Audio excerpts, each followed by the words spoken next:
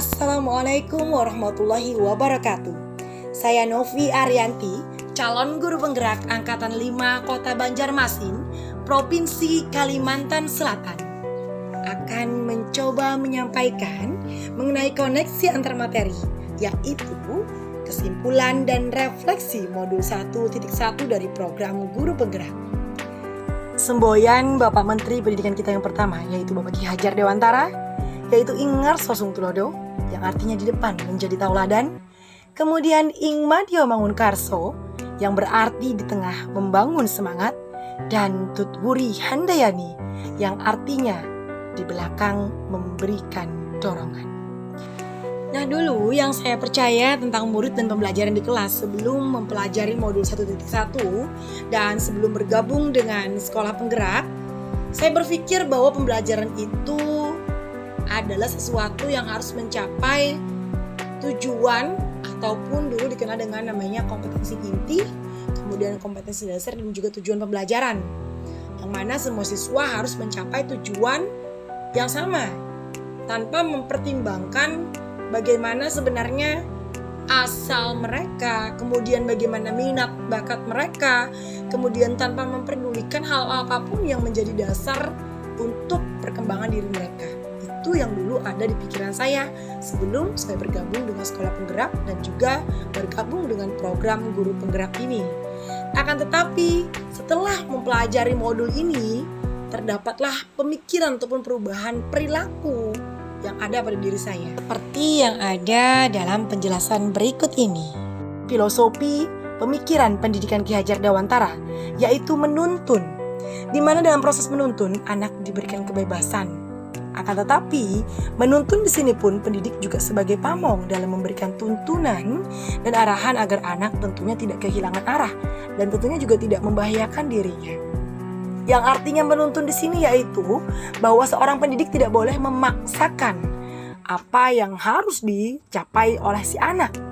Kenapa? Karena dalam filosofi pemikiran pendidikan Ki Hajar Dewantara, bahwa pendidikan itu harus memerdekakan. Pendidikan yang memerdekakan di sini maksudnya adalah tentunya suatu proses pendidikan yang meletakkan unsur kebebasan peserta didik untuk mengatur dirinya sendiri, bertumbuh serta berkembang menurut kodratnya secara lahiriah dan batiniah. Secara lahiriah, peserta didik memperoleh kemerdekaan dalam pendidikan melalui pedagogi. Nah, memerdekakan di sini artinya juga tentunya adalah merdeka yang tidak terikat pada suatu capaian kurikulum yang wajib dicapai oleh peserta didik. Kenapa? Karena peserta didik telah memiliki bakat, minat, dan tentunya juga motivasi yang ada dari diri mereka masing-masing. Dan disinilah tugas seorang pendidik, bagaimana untuk dapat mengembangkan bakat dan minat mereka agar bisa mencapai suatu hal yang maksimal.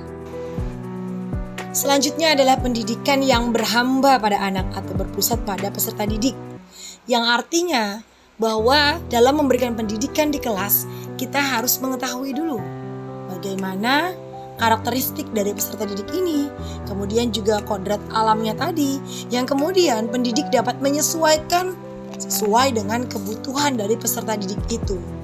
Jadi, seperti yang kita ketahui bahwa kebutuhan, minat, bakat setiap peserta didik itu berbeda-beda. Anak kembar sekalipun tidak ada yang sama, yang artinya perilaku ataupun perlakuan pendidik terhadap peserta didik pun juga harus disesuaikan dengan karakteristik peserta didik tersebut. Peserta didik di usia sekolah dasar tentunya cenderung untuk bermain. Mereka sangat suka untuk bermain. Disinilah bagaimana peranan seorang pendidik membuat perasaan mereka dalam belajar itu seperti halnya mereka senang dan sedang bermain. Karena sejatinya bahwa pendidikan itu adalah sesuatu yang dapat memberikan kebahagiaan kepada diri peserta didik. Dan perlu kita ketahui bahwa pendidikan bukanlah tabula rasa. Tabula rasa di sini yang berarti kertas kosong, di mana teori ini menjelaskan bahwa anak-anak ataupun peserta didik sebagai tabula rasa, di mana guru mendominasi ataupun pendidik mendominasi sebuah kegiatan pembelajaran yang mana menjelaskan materi pelajaran, sementara peserta didik dituntut untuk mendengarkan dan hanya menerimanya saja.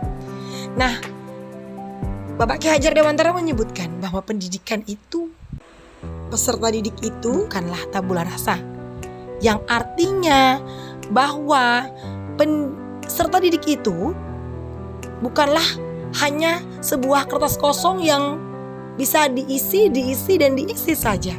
Akan tetapi mereka sudah memiliki yang namanya kodrat alam tadi, dan juga mereka sudah memiliki minat dan bakat mereka. Mereka telah memiliki sifat mereka, di mana guru di sini ataupun pendidik di sini hanya dituntut untuk bisa menuntun mereka dengan baik dan tidak memandang anak sebagai kertas kosong yang dicekcoki dengan begitu banyak hal. Nah, ibaratnya di sini guru adalah petani dan murid adalah benih. Bayangkan seandainya nih seorang petani mencoba untuk membuat tanaman-tanaman yang berbeda, tanaman yang dirawatnya ataupun tumbuhan yang dirawatnya menjadi hidup. Sebutlah ada jagung, ada padi, kemudian ada bayam, ada tomat dan lain-lain. Tentulah cara menanam mereka, cara mengembangbiakan mereka, cara membuat mereka menjadi subur berbeda-beda. Tak boleh petani menjadikannya sebagai suatu perlakuan yang sama terhadap jenis tanaman yang berbeda. Nah, begitu pula seorang pendidik terhadap peserta didiknya. Peserta didiknya tentunya memiliki minat bakat maupun kodrat alam yang berbeda-beda. Maka disinilah juga tugas seorang pendidik, bagaimana untuk membuat, memotivasi, meningkatkan apa yang mereka miliki agar bisa berkembang dengan maksimal. Tentunya tidak boleh semau dari pendidik. Nah, itu tadi pemikiran ataupun perilaku saya setelah mempelajari modul ini, di mana yang nantinya akan saya terapkan lebih baik di kelas sebagai pencerminan pemikiran Ki Hajar Dewantara, yaitu bahwa pembelajaran di kelas itu haruslah berfokus ataupun berpusat pada anak. Jadi seorang pendidik tidak boleh memaksakan bahwa anak harus menguasai hal ini, hal itu, tanpa mempertimbangkan latar belakang mereka sebagai kodrat alam mereka, dan juga memperhatikan minat dan bakat mereka agar tentunya dapat meningkatkan hal tersebut jauh lebih baik. Nah, kiranya itu hal yang bisa saya sampaikan dalam koneksi antar materi pada modul 1.1 kali ini. Terima kasih atas perhatian rekan-rekan semua. Assalamualaikum warahmatullahi wabarakatuh. Sampai jumpa di video-video berikutnya. Salam guru penggerak.